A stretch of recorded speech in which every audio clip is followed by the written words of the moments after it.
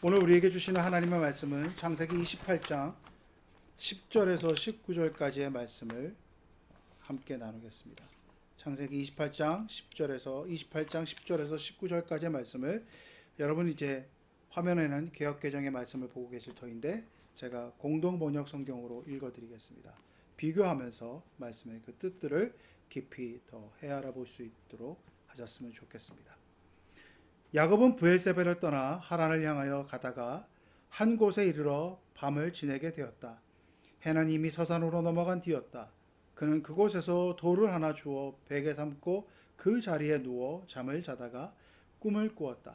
그는 꿈에 땅에서 하늘에 닿는 층계가 있고 그 층계를 하나님의 천사들이 오르락 내리락 하는 것을 보고 있었는데 야훼께서 그의 옆에 나타나시더니 이렇게 말씀하는 것이었다. 나는 야훼, 내 할아버지 아브라함의 하나님이요 내 아버지 이삭의 하나님이다. 나는 내가 지금 누워있는 이 땅을 너와 내 후손에게 주리라. 내 후손은 땅의 티끌만큼 불어나서 동서남북으로 널리 퍼질 것이다. 땅에 사는 모든 종족이 너와 내 후손의 덕을 입을 것이다. 내가 너와 함께 있어 내가 어디로 가든지 너를 지켜주다가 기어이 이리로 다시 데려오리라. 너에게 약속한 것을 다 이루어질 때까지 나는 내 곁을 떠나지 않으리라. 야곱은 잠에서 깨어나 참말 야훼께서 여기 계셨는데도 내가 모르고 있었구나 하며 두려움에 사로잡혀 외쳤다. 이 얼마나 두려운 것인가. 여기가 바로 하나님의 집이요 하늘 무리노구나. 야곱은 아침 일찍 일어나 베고 자던 돌을 세워 석상을 삼고 그 꼭대기에 기름을 붓고는 그곳을 베델이라 불렀다. 그 마을의 본 이름은 루스였다. 아멘. 오늘은 우리가 교회력적으로는 사순절 두 번째 주일을 맞이하는 것이지만 우리 민족의 역사 가운데는 3.1운동의 107주년을 맞이하는 아주 뜻깊은 주일입니다.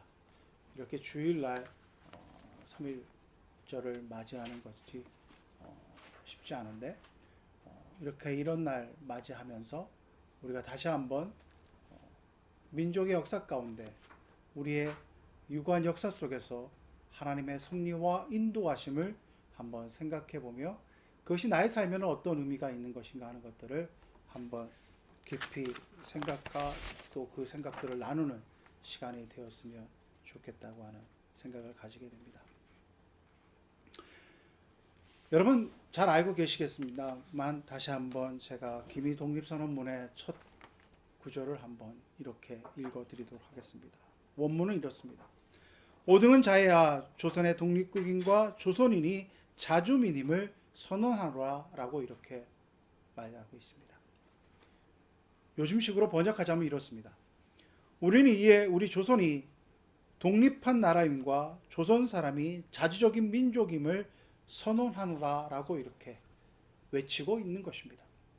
1910년은 일제가 우리나라를 합병하여 경술국치라고 하는 민족이 이제 패망하고 일제의 식민지로 살아갈 수밖에 없는 그 시기를 맞이하는 때입니다.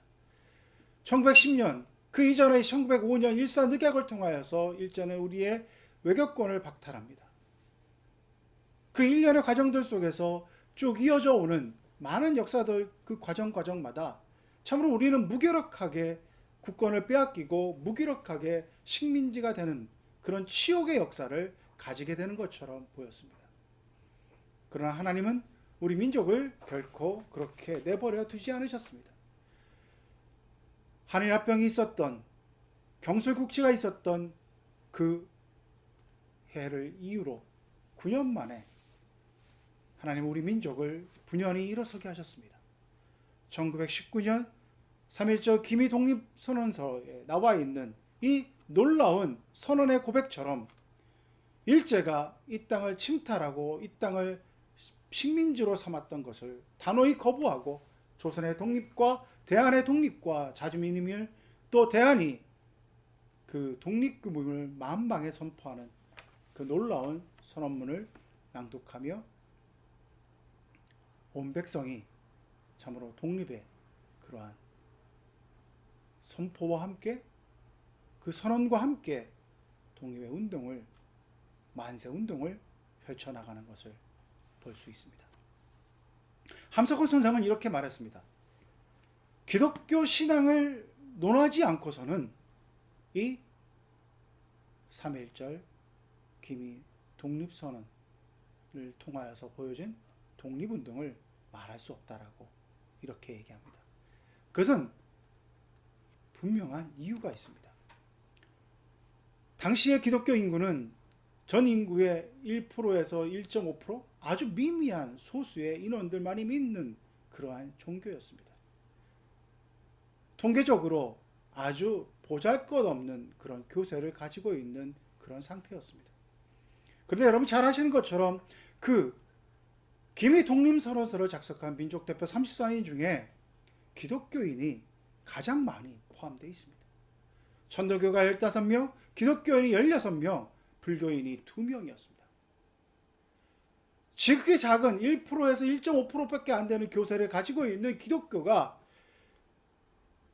민족 대표 33인 중에 16명이나 포함되었을 뿐만 아니라 실질적으로 교회가 가지고 있는 조직력과 그 네트워크를 통하여서 전국적으로 이 독립운동을 확산시켜 나가는데 아주 주도적인 역할을 했다라고 하는 것입니다. 3.1 독립 만세 운동을 통하여서 잡혀간 많은 사람들 중에 기독교인들이 포함되어 있습니다. 투옥되어져 있는 많은 사람들의 그 퍼센테이지를 따지면 전 국민의 1%에서 1.5%밖에 안 되는 그 소수의 사람, 소수의 교수를 가지고 있는 그 종교인데 만세운동에 참여해서 투옥되어져 있는 그 수감자 중에는 정확한 통계는 나오지 않지만 아주 많은 숫자의 사람들이 기독교인이었다고 하는 그런 결과들을 볼 수 있습니다. 한국의 기독교는 이러한 역사적으로 민족의 위기 앞에서 민족이 어려움을 가질 때 민족을 살리는데 주도적인 역할을 한 그러한 종교였습니다. 일제 식민지 때 독립을 위해서 나섰을 뿐만 아니라 그 이후에 민족을 개화하고 민족의 근대화를 위하여서 기독교는 교육과 또 의료와 여러 가지 방향에서 그 자리에서 하나님께서 맡겨주신 사명을 통하여서 민족의 등불과 같은 역할을 감당했고 그 등불과 같은 역할 속에서 놀라운 부흥의 역사를 하나님께서 허락해 주셨습니다. 그러한 찬란한 역사를 가지고 있는 대한민국의 기독교입니다. 그러나 오늘날의 기독교의 모습은 그 찬란한 역사를 참으로 부끄럽게 여길 수밖에 없는, 그 찬란한 역사 앞에서 부끄러울 수밖에 없는 그러한 모습은 아닌가 하는 그러한 질문을 던질 수밖에 없습니다. 민족의 위기 앞에서 민족이 처한 그 암울한 현실 속에서 한 줄기의 빛과 같은 역할을 했던 기독교가 오히려 이제 민족의 상황 속에서 이 오늘날 살아가는 그 역사 앞에서 많은 사람들의 지탄을 잣을 뿐만 아니라 역사를 왜곡하는 데 앞장서가는 그런 모습을 가지고 있지 않나 하는 그러한 심한 자괴감과 두려움을 가지고 오늘의 현실을 바라볼 수밖에 없습니다. 저는 역사를 보고 또 역사의 이면들을 나름대로 연구하고 그러한 관련된 서적을 읽을 때마다 느껴지는 것들이 참 많습니다. 우리가 일반적으로 알아가는 많은 표피적인 역사들의 모습들도 있지만 그 이면에 새겨져 있는 역사를 깊이 바라보면 한 사람 한 사람의 그 어떤 결단, 한 사람 한 사람의 행위, 한 사람 한 사람이 했던 그 일들을 통해서 역사의 물꼬가 박혀져 있는 그런 것들을 역사의 기록들을 통해서 발견할 때마다 한 사람 한 사람이 살아가고 있는 삶의 자리가 얼마나 귀하다라고 하는 것을 역사의 과정들을 통해서 배우게 됩니다. 저는 멀리 이 3.1운동 107주년을 맞이해서 우리의 유관 역사 속에서 이러한 놀라운 하나님의 은혜, 하나님의 섭리를 깨달아가는 과정도 있지만 최근에 있었던 우리를 정말 가슴 아프게 했던 그 사건들을 통하여서 12.3 내람이라고 하는 그 계엄을 선포하는 그 사건들을 통하여서 이제 조금씩 밝혀져가는 그 과정들을 보면 한 사람 한 사람의 역할들이 얼마나 소중했다라고 하는 것들을 밝히 깨닫게 됐다고 하는 것입니다. 자신이 처해져 있는 자리, 자신이 처해져 있는 삶의 자리 속에서 내가 맡은 역할 속에서 그것이 작은 것이지만 그 원칙을 지키고 본분을 지켜나가는 결단을 했을 때 어떻게 보면 작다고도 할 수 없습니다. 자기 전전제를 걸고 자신의 위치를 지켜나가는 것, 자신의 본분을 어기지 않는 것, 그것을 통하여서 역사적으로 큰 사명을 감당하는 그 사건들을 12.3 내란의 이면들이 밝혀지면 밝혀질수록 그 역할들을 감당했던 사람들의 그 모습들을 보며 참으로 한 사람 한 사람의 역할 속에서 하나님이 역사하시는 일들이 얼마나 놀라운 것인가 하는 것들을 깨닫게 됩니다.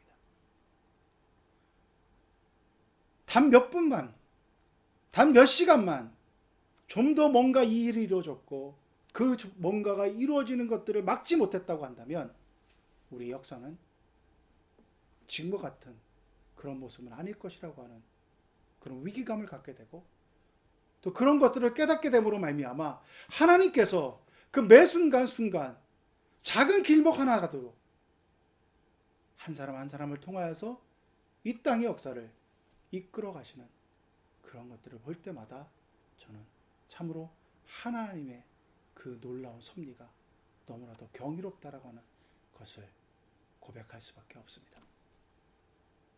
오늘 설교의 제목은 신묘막측이라고 하는 그런 한자를 써봤습니다. 묘하고 정말 헤아릴 수 없는 그 하나님의 놀라운 섭리를 그렇게 표현한 것입니다. 우리 인간의 지혜로는 감히 상상할 수 없는 그 하나님의 경륜과 하나님의 은혜를 신묘막측이라고 하는 말로 표현한다고 하는 것입니다. 개역개정에는 시편 139편 14절 말씀에 이렇게 나와 있습니다. 내가 주께 감사하옴은 나를 지으심이 신묘막측하심이라. 주께서 하시는 일이 기이함을 내 영혼이 차마 내 영혼이 이렇게 높여드리고 영광을 올려드린다고 하는 그 말씀을 기록하고 있습니다. 하나님께서 하시는 그 놀라운 역사, 하나님께서 하시는 그 놀라운 경륜, 그것은 참으로 우리 인간이 감히 상상할 수 없는 것. 그것이 역사를 통하여서도 각 개인의 삶의 여정을 통해서도 고백되어질 수밖에 없는 것이 신앙인의 삶이라고 하는 것입니다. 오늘 본문에 나와 있는 야곱의 삶이 그러합니다.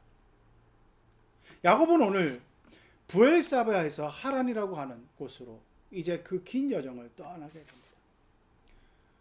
우리가 읽지 않았지만 이제 야곱이 이 브엘사바에서 하란으로 떠나게 되는 그 긴 여정의 그 촉발된 원인은 무엇이었냐면 야곱 스스로가 아버지인 이삭으로부터 축복을 받기 위해서 형인 에서를 속이고 어떻게 보면 장자권, 축복권을 빼앗은 그런 행위를 통하여 형이 그의 목숨을 취할 것이라고 하는 위기감 속에 빠져 있는 아버지와 어머니인 이삭과 어머니를 통해서 그의 이제 친척에 있는 하란으로 도피하라고 하는 그런 상황에서 쓰여진 말씀이라고 하는 것입니다. 브엘세바라고 해서 하나를 끄는 정확한 지명은 아직 구체적으로 성서 고고학적으로 밝혀지지 않았지만 대략적으로 한 800km 정도. 그래서 브엘세바라고 하는 것은 가나안 남부지방, 그리고 하란이라고 하는 것은 지금의 시리아 남부 정도, 이렇게 성서학자들은 추측을 합니다. 그래서 한 700에서 800km 정도의 여정이기 때문에 아마 고대 당시에 도보로 여행하는 그 과정들을 생각해 보면 좋게 한 달여는 걸려야 되는 긴 여정이라고 하는 것을 말해주고 있습니다. 단순히 브엘세바에서 하란으로 떠난다고 하는 것은 단순히 긴 여정, 그것을 떠나고 하는 그 과정을 얘기하는 것이 아니라 삶의 어떤 자기가 모든 것을 친숙하고 익숙했던 것을 떠나서 하란으로 가는 그 과정마다 겪게 되는 모든 것이 새로웠을 뿐만 아니라 그가 목표하려고 하는 것은 하란에서 전혀 낯선 곳에서 정착해야 될 그런 두려움과 어떻게 보면 막막함을 가지고 떠나는 그러한 과정이었다고 하는 것입니다. 자신이 한 짓이 있습니다. 축복받기 위해서 형인 에서를 속일 뿐만 아니라 아버지를 속이고 그 축복권을 어떻게 보면 탈취한 본인의 죄가 있습니다. 그런데 놀라운 것은 형인 예설의 입장에서 보면 정말 그 분노가 끓을 수밖에 없는 상황이었고, 그 분노가 끓을 수밖에 없는 상황이라는 것을 어떻게 보면 반증해 주는 것이 야곱이 도망갈 수밖에 없었다고 하는 상황인 것입니다. 그 둘을 한 집에 놔두면 에서가 야곱을 죽일 것 같은 분노를 부모들은 봤다는 것입니다. 그런 상황 속에서 지금 장자의 축복권을 받았지만 그 마음에는 인간이라면 두려움과 후회와 미안함과 그런 것들을 가지고 있었을 것입니다. 야곱이라고 하는 속이는 자라고 하는 입에서 볼 수 있듯이 그의 인생은 어떻게 보면 속고 속이는, 이제 성경 이후에 나와 있는 것들 여러분 잘 아시겠지만 하란에 가서 삼촌인 거기서 삼촌으로부터 이제 야곱이 어떻게 보면 속임을 또한 당하게 되는 그런 기구한 삶을 살아가는 삶입니다. 야곱의 인생 가운데 뭔가 하나님으로부터 내세울 만한 것, 하나님으로부터 딱히 이것이 정말 뛰어나다라고 하는 것, 아직까지 본문에서는 기록되어져 있지 않습니다. 그런데 그러한 야곱을 하나님이 친히 찾아와 주셨습니다. 뭔가 하나님을 위해서, 뭔가 이스라엘 백성들을 위해서, 앞날을 위해서 자신이 뭔가 노력하고 준비된 것이 아니라 죄스럽고 어떻게 보면 남을 속이는 그런 모습 속에서, 연약한 모습 속에서 하나님은 강권적으로 야곱의 인생에 찾아오셨습니다. 그리고 환상 가운데 야곱을 만나주시고 야곱과 대면하여서 야곱에게 축복의 약속을 해주신다고 하는 것입니다. 많은 분들이 야곱의 행위 가운데 그가 일어나서 하나님께서 하셨던 그 놀라운 역사 앞에서 그곳에 있어서 돌베개를 세우고 그것에서 기름을 붓고 이름을 베델이라 하고, 원래 이름은 루스였던 곳을 하나님의 집이라고 하는 것, 베델이라고 했던 것을 가리켜서 야곱이 뭔가 한 것처럼 하는, 거기에 초점을 맞추는 분들이 계십니다.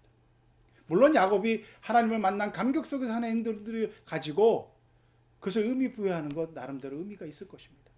그러나 저는 오늘 이 말씀을 다시 한번 살펴보는 가운데서 정말 신묘막측하신 하나님의 섭리 가운데서 당시로는 보잘것없는 그 야곱을 들어쓰시는 하나님의 놀라운 계획, 그리고 하나님의 그 놀라운 계획 속에서 야곱을 단련시켜 나가는 과정 속에서, 야곱을 변화시켜 나가는 과정 속에서 그 모든 것이 하나님의 은혜이며 하나님의 놀라운 역사이라고 하는 것을 다시 한번 살펴볼 수 있게 되었습니다. 저는 간증에 대해서 좀 염려스러운 마음을 가지고 들을 때가 많이 있는 것이 바로 이런 이유입니다. 처음에는 하나님에 대해서 얘기하지만 많은 부분에서 그 하나님의 은혜를 받아 누렸던 사람이 행위에 중점을 두는 경우들을 많이 보게 됩니다. 말은 하나님께서 이렇게 주셨습니다, 말은 하나님께서 이렇게 은혜를 베풀어 주셨습니다라고 하지만 내가 이것을 했기 때문에 하나님의 은혜를 증거할 수 있다라고 하는, 하나님보다는 자기 자신이 먼저 드러나는 것 같은 그런 모습을 볼 때가 많기 때문에 저는 간증을 하는 데 있어서 조심스러운 마음과 또 그것을 들을 때마다 그러한 경계하는 마음으로 듣고 있습니다. 오늘 이 야곱의 역사는 말할 수 없는 신묘막측한 하나님의 계획 속에서 그가 선택되어져서 쓰임받는 데 있어의 첫 출발을 보여주는 그런 하나님의 계획 속에서 있는 사건입니다. 축복받을 만한 아무런 행위도 한 것이 없고 아무런 뭔가가 갖춰져 있지 않는 상황 속에서 하나님은 야곱을 택하셨습니다. 그리고 나서는 참으로 놀랍게 이렇게 약속의 말씀을 하고 있습니다. 내가 너와 함께 15절 말씀입니다. 내가 너와 함께 있어 내가 어디로 가든지 너를 지키며 너를 이끌어 이 땅으로 돌아오게 할지라 내가 내게 허락한 것을 다 이루기까지 너를 떠나지 아니하리라 이렇게 약속해 주셨습니다.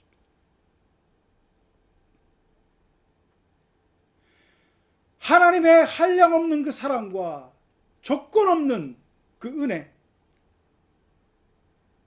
그것을 덧입고 살아가는 것이 저와 여러분의 인생이라고 합니다. 하나님은 우리가 무엇을 해서 무엇을 하나님 앞에 마음에 들게 해서가 아니라 하나님의 그 신묘막측한 계획 속에서 우리를 택하셨습니다. 저와 여러분을 택하셨습니다. 그리고 하나님께서는 야곱에게 약속하셨던 것처럼 저와 여러분의 인생을 책임져 주실 것이라고 하루하루의 삶 속에서 우리에게 약속해 주고 계시다고 하는 것입니다.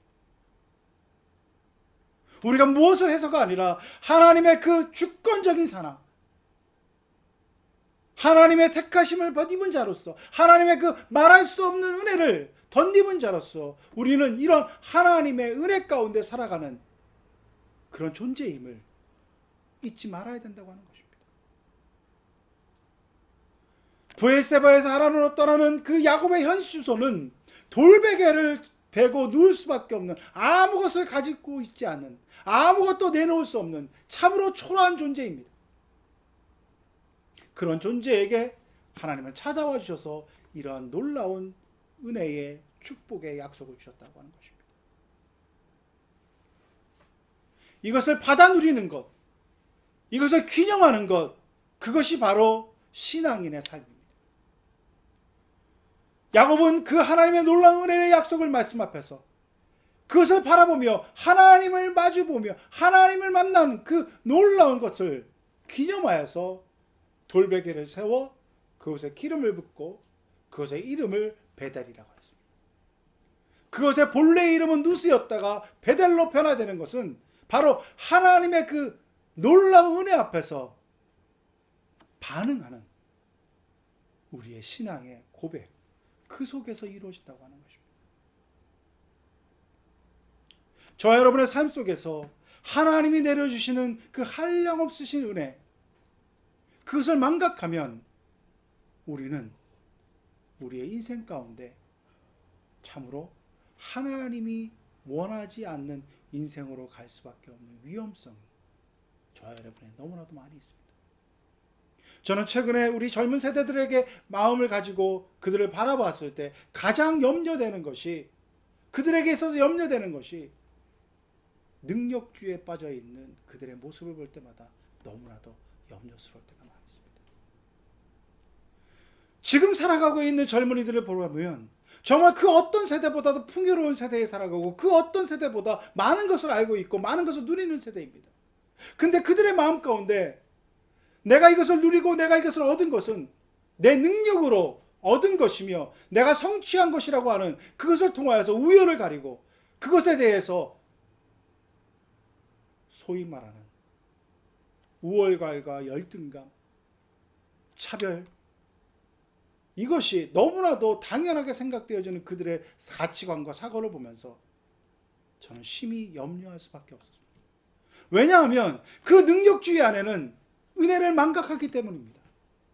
그 능력주의는 결코 겸손할 수가 없습니다. 왜? 내가 주인이기 때문입니다. 그리고 내가 주인이기 때문에 내가 얻은 것에 대해서 감사하지 아니하고 내가 얻은 것에 대해서 당연히 누리는 것을 당연하게 여기는 그것은 결코 인생을 겸손하게 만들지 않을 뿐만 아니라 그 교만으로 향하는 여러 가지 양태의 삶의 형태를 배태할 수밖에 없습니다. 나타나게 할 수밖에 없습니다. 저는 그래서 심히 그들의 가치관이 두렵습니다. 젊은이뿐만 아니라 신앙인들 속에서도 뭔가 능력주의적인 생각을 가지고 살아가는 신앙인들이 있다고 한다면 그것은 참으로 위험합니다. 저와 여러분은 참으로 보잘것없는 존재를 하나님이 택하셨고 하나님의 그 주권적 사랑 속에서 택함 받는 그 은혜를 덧입은 자들입니다.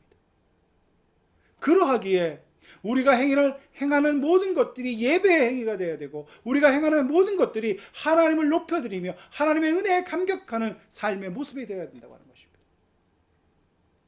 그것을 잃지 않았을 때 우리는 자신이 처해진 처지 속에서 좌절하거나 절망하거나 한탄하지 않습니다. 자신이 처해진 그 상황이 하나님이 주신 상황이라고 하는 것을 통해서 그 의미들을 발견해냅니다. 그 의미들을 발견해내고 그 의미들 속에서 하나님께 영광 돌리는 삶의 모습을 만들어내가기 위해서 애쓰고 힘쓸 수 있는 믿음의 사람으로 살아갈 수 있는 그 용기를 우리는 가질 수 있습니다. 그것이 바로 야곱이 보여준 삶입니다. 보잘것없고 아무것도 가지지 없어서 돌베개를 베고자 하는 그 현장을 하나님을 만남으로 말미암아 하나님의 놀라운 그 은혜를 체험하고 하나님이 베풀어 주신 그 말할 수 없는 하나님을 만나는 감격 속에서 그는 일어나 그 돌베개에다 기름을 붓고 그것을 변화시키는, 베델로 변화시키는, 루스라고 하는 것을 베델로 변화시키는 그 고백을 가지고 삶을 살아가는 신앙인으로서의 모습을 오늘 우리에게 보여주고 있습니다. 저 여러분에게는 그런 신앙인의 결단이 있어야 됩니다.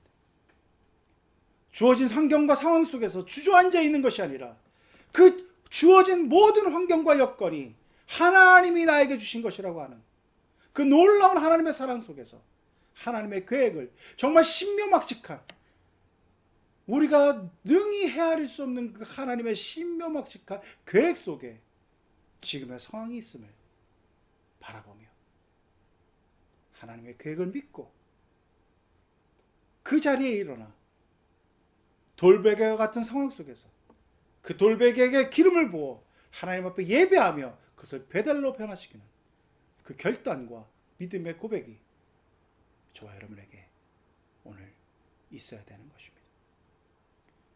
이제 새롭게 시작되는 한 주간의 삶을 바로 이러한 믿음의 결단 속에서 여러분의 삶의 자리를, 돌베개와 같은 삶의 자리를 하나님께 예배하며 하나님의 은혜를 사모하며 그 신묘막측한 하나님의 놀라우신 그 경이로운 그 계획들을 참으로 기대하는 마음으로 하루하루를 살아가는 귀한 성도님들 될 수 있기를 간절히 바랍니다.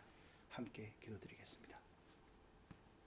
하나님, 삶의 여건 속에서 주어지는 많은 일들 속에 하나님의 그 신묘막측하신 놀라운 계획들을 바라보며 기대하는 마음으로 살아가는 우리가 될 수 있도록 하나님 우리를 믿음으로 세워주시옵소서. 삶에 주어진 여건 속에서 불안하고 염려하고 근심하는 것이 아니라 그 신묘막측하신 하나님의 섭리하심을 바라보며 담대히 그 자리를 딛고 일어서 하나님께 예배하는 자로, 하나님께 정말 드려 쓰임받는 자로 결단하며 나아가는 우리 모두가 될 수 있도록 하나님 역사하여 주옵소서. 예수 그리스도의 이름으로 기도드리옵나이다.